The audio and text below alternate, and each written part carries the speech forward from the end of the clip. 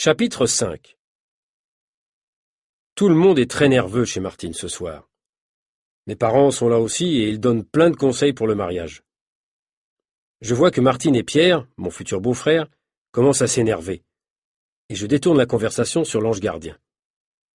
Pierre est médecin psychiatre à Perpignan, et son opinion m'intéresse. Pierre, que penses-tu du justicier masqué de Perpignan? C'est sérieux ou non? Je ne sais pas.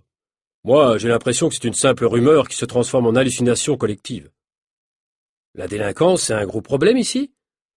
Pas vraiment. Ce n'est pas très grave, mais il y a des bandes de jeunes délinquants comme dans toutes les villes. On ne peut pas mettre un policier derrière chaque habitant. L'ange gardien, lui, semble très efficace. Tu lis trop de bandes dessinées. C'est parce que tu travailles en Belgique? Je le trouve très sympathique, votre justicier.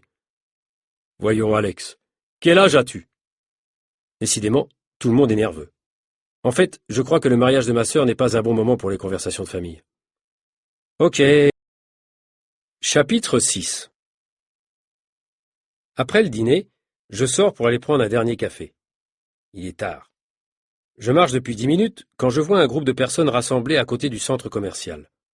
Je m'approche et j'entends qu'on parle de l'ange gardien. Je me dirige vers une des personnes présentes. Qu'est-ce qui s'est passé? Vous avez vu l'ange? C'est ce monsieur. Il est vraiment impressionné. Il n'arrête pas de dire la même chose. C'est incroyable, c'est incroyable. Mais qu'est-ce qui s'est passé?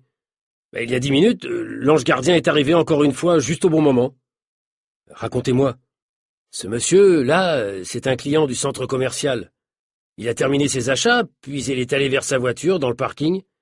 Et quand il a ouvert la porte de sa voiture, les voyous l'ont menacé avec un couteau pour lui voler sa BMW. À ce moment-là, l'ange gardien est arrivé, il les a fait partir en quelques secondes. Le propriétaire de la voiture a essayé de lui parler, il lui a dit merci, mais l'ange est parti, sans répondre. Je m'approche de l'homme à la BMW. Ça s'est passé où exactement? Ici, dans ce parking, au sous-sol. C'est incroyable. La police doit arriver bientôt, j'ai téléphoné immédiatement.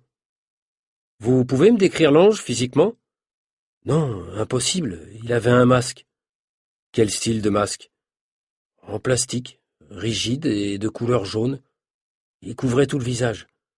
Dites-moi, est-ce que vous avez observé quelque chose de spécial? Non, rien de spécial. Ah, si! Je crois qu'il avait un problème avec son masque quand il est parti. C'est incroyable. Je descends à pied, rapidement, par l'escalier. Je regarde partout. Je cherche quelque chose, mais je ne sais pas quoi. J'ai la chance d'être le premier sur le lieu de l'agression. Je regarde dans les poubelles, derrière les voitures garées. Je cherche partout un objet, une piste. Je sors du parking, je marche 50 mètres, et là, j'ai de la chance.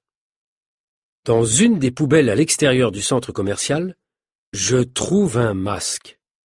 Il est jaune et en plastique dur. C'est le masque de l'ange gardien. Personnellement, je trouve que le masque de Zorro est plus élégant. Mais je suis très content. Je parlerai seulement de ma découverte à Nina et Jackie, mes collègues du magazine. Ils arrivent demain soir à Perpignan.